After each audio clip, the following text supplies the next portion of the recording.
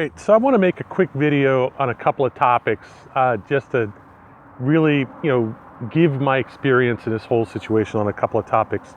The first is this story that's being propagated by the New York Times, New York Post, sorry, and probably other right-wing media outlets like Fox News and so forth, that the Biden administration is responsible for a slowdown in the economy as we come out of lockdowns and recession behind COVID, because they're continuing to offer unemployment benefits to people who would rather sit at home and take the unemployment benefits rather than come into work. And they're making more money on unemployment than they did working. And they simply say, well, anybody with any sense would say, if you could sit at home and make twice or three times as much money as you did while working, without working, if you sat at home and just filed for unemployment, who wouldn't do that? And therefore, the Biden and the Democrats are responsible for the economy not recovering as quickly as it could be or should be or whatever. That's a lie. That's basically a lie. And as usual with the Republicans, it's a blatant lie, and it's nothing more than just bullshit, just lying bullshit. And the fact is that people are believing that lie apparently never actually got unemployment. Let me tell you, as someone who has gotten unemployment many times in the past, since 2008, since the 2008 recession, I've been on unemployment in several states since then, because I've been working mainly 6 months a year, 3 months on, 3 months off, stuff like that for the past 10 years. I can tell you this is a common requirement for collecting unemployment. You cannot turn down a job offer. You have to continually look for work, and if someone offers you a job and it's in your field, more or less, or in your field, and I would say that the standards are pretty broad for that, okay, it has to be something that you would be reasonably able to do. Let's put it that way. Regardless of the salary they offer you, okay, you have to take that job. You don't have a choice. And anybody with any sense would take the job, because the longer you sit on unemployment, the more you drain of your unemployment. You only get so much unemployment. You might collect, $300 in a state, depending on what state it is, or less in some states. You might collect more in some states, but there's always a limit to that unemployment that you are qualified for, especially when you're not working. You're not getting any new unemployment contributions when you're not working. So say you qualify for unemployment, and even if you qualify for the max, doesn't matter. What matters is that you qualify for a certain amount of unemployment, and there is a limit to that money. You can only get so much money for so long. And the worst thing about being on unemployment, and again, trust me, this has happened to me several times, is being on unemployment and not having a job, and then having your unemployment run out, and then you don't have a job or any unemployment. No one with any sense would do that consciously, turn down work and sit down on unemployment and not take a job, hoping or praying or whatever that they're going to get a job before their unemployment runs out. At the very moment their unemployment runs out, and take all the unemployment they can possibly get, and then turn around and take a job. It takes time after you start working to actually see the money that you earn. Okay, it takes a week, 2, sometimes 3 weeks to see any pay from the money that you actually earn.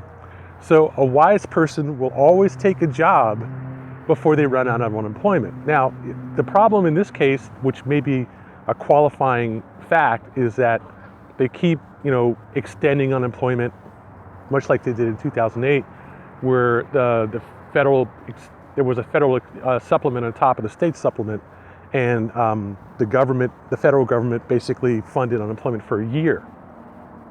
Okay, again, you sit on unemployment for a year and don't get a job, and it runs out. You don't have any options at that point. Okay, then you are out of work and don't have any money. Anyone with any sense would take a job before that happens. Now, since unemployment is running out, the federal supplement is running out in September, Okay, and here it is May. There is an argument that yes, some people are sitting on unemployment collecting checks instead of actually looking for a job. The truth is they only need to make 2 job contacts a week to qualify for unemployment that week. So they contact 2 people by email or by phone, or they send in an application or whatever. Those are those 2 contacts, and they can therefore say when the next week comes up and their unemployment certifications are required, they can say, I have done my due diligence, I have looked for a job, I've made my 2 contacts, here they are, I document them on my unemployment, and you qualify for unemployment that week. But at any time, if someone calls you and says, we want you to come back to work for us, you have to take that job. That is a legal requirement of taking unemployment. So when I hear people say, oh, these people would rather sit on unemployment than come back to work, we can't get the staff we need to run our business, blah, blah, blah, all this stuff. And I've heard people say that. I've been in restaurants and heard managers or whatever say that exact thing, okay? That is bullshit, okay? They either have a job already somewhere else, okay, or they did not actually contact this person. While they're saying that they did contact this person, they cannot legally refuse the work. Now, I'm not saying that there aren't people who are cheating on unemployment, who are refusing work like that. I'm not saying that's not true. It's very possible. But that is a different issue. That's unemployment fraud. Okay, that is a state felony to file an improper unemployment application and apply for unemployment when you have a job offer and you're just not taking it. I'm not going to say that's not happening anywhere. I'm sure it is. But at the same time, it is a clear case of a fraud. Okay, so if that is happening and unemployment agencies are not picking up on this, no one's contacting the company and saying, I called John and you know, John used to work for us for whatever and for this job, and you know, now that we're out of lockdown, we're trying to get our business back up, and we called our former workers and they didn't come into work, they didn't want to take the job. They need to have proof that they actually contact that person, and they need to submit that proof to the state, and the state needs to investigate that, and that is a different problem. That's more of the problem that we're having with the border, which is the other thing that I wanted to talk about. Okay, the fact of the matter is, it is not Joe Biden's fault or the federal government's fault that people are illegally crossing the border to come into the United States. That is a simple economic issue, combined with the fact that these people would rather break U.S. law and come into the United States illegally than sit in Venezuela or Panama or whatever and not even try. They're never going to get a visa to come to the country because of all the people who've been in the country on a visa and overstayed the visa. That's the main reason they can't get a visa. It's not that we don't need them or people wouldn't hire them or that they couldn't come in legally. The problem is once a certain percentage of people who have visas legally from a country overstay that visa, they come in on a student visa, they don't leave, they come in on a work visa, they don't leave, that kind of problem. Once they have overstayed their visa and you have a certain percentage, usually it's about 10%, that country no longer gets visas. And that's where that problem came from. Okay, so when you have millions of people come in from South America and almost all of them overstay their visa, okay, almost all of them, the ones that come in, they get caught, that get an appearance for deportation, and they don't go to the deportation hearings, that's where that problem starts, okay?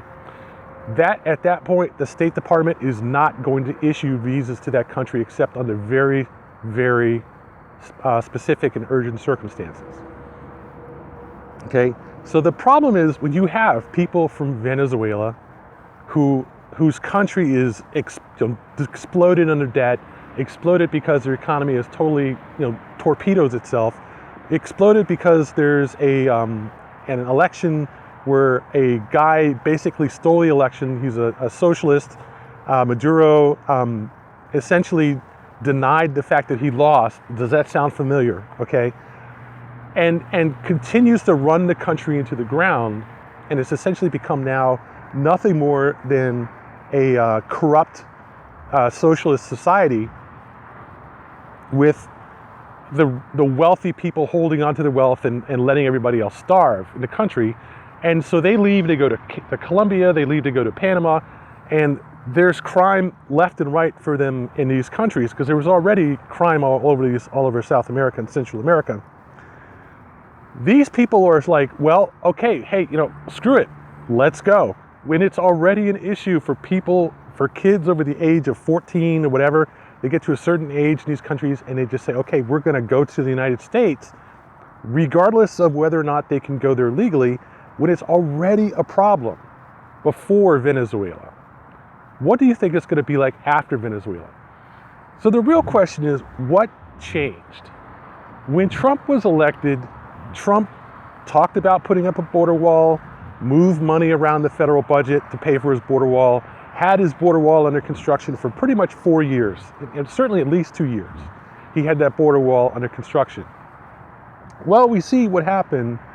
Trump leaves office and people are paying coyotes, as always, to transport them across the border, and they start taking these kids, 2, 3, 4-year-old kids, and throwing them over Trump's border wall. They don't bother digging under it. They don't bother going around it. They just go up to the border wall and throw the kids over the wall. Okay? When Trump decides he's going to spend $600 billion on a 20-foot border wall that covers 600 miles, and people just say, screw it, we'll just throw kids over it. They can climb up when they've got videos showing people climbing up the wall. Okay?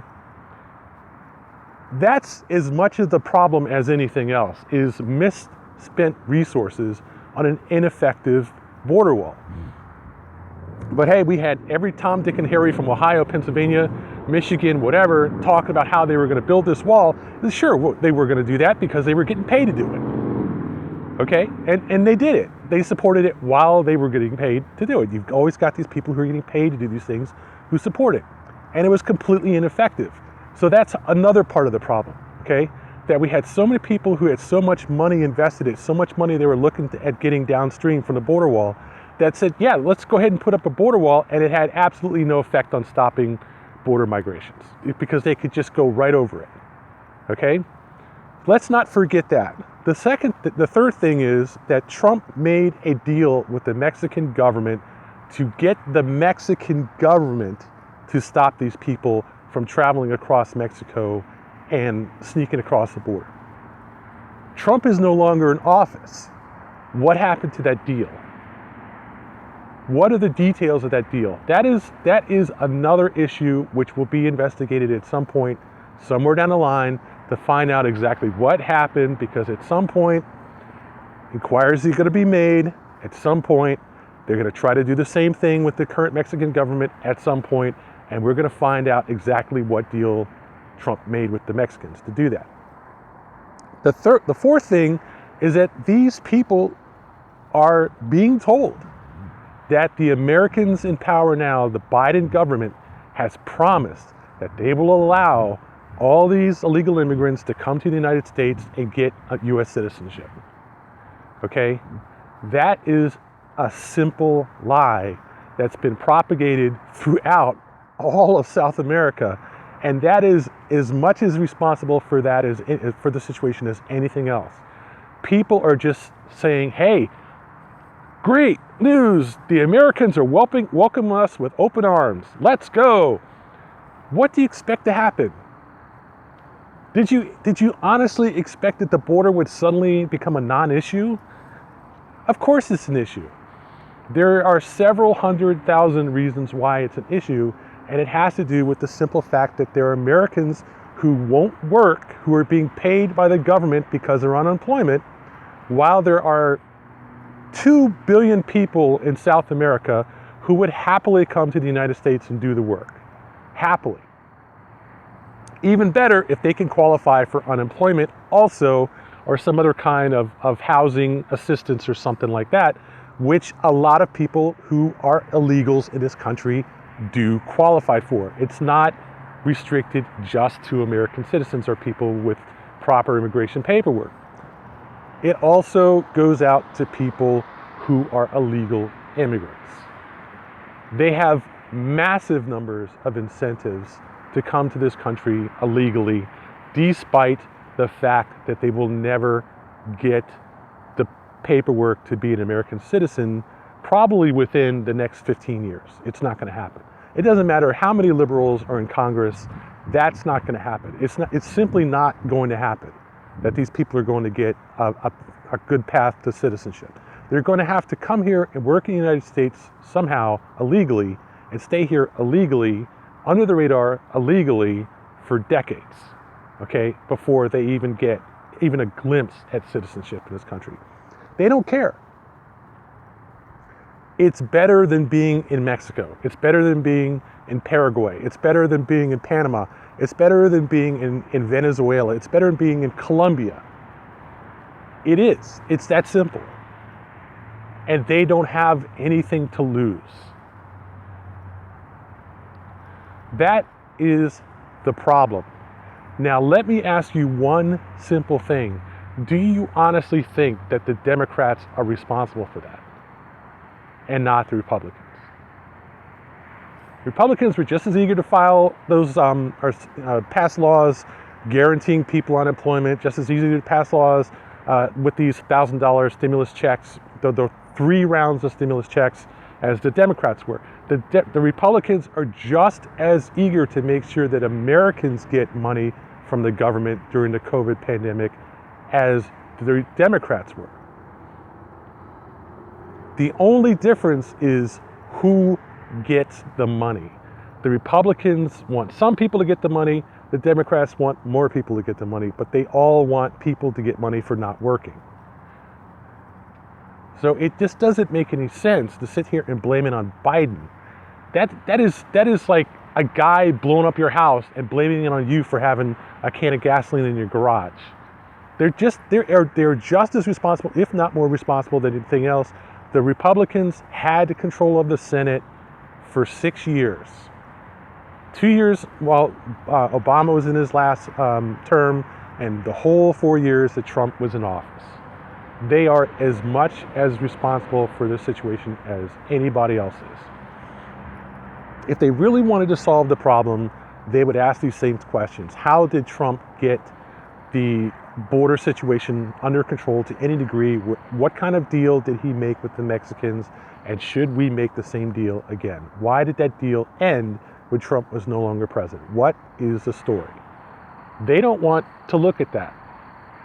What they cared about was that he lost. They'd rather do is change voting laws in the United States. They don't want to look at effective government. They just want to cast blame and try to win elections. So, honestly, when the media, and I mean the right-wing media as much as anything else, when it stops lying and trying to distract from the real issues, we might get somewhere. Until that time, what we will do is rub against each other like 2 pieces of sandpaper, wasting time and wasting energy, causing a lot of animosity and making no progress, because the Republicans only care about winning elections. That is the only thing they care about. That's it, nothing else. And when you start to hear these people actually act like Democrats and ask real questions about what happened during the Trump administration, then we might get somewhere as a country.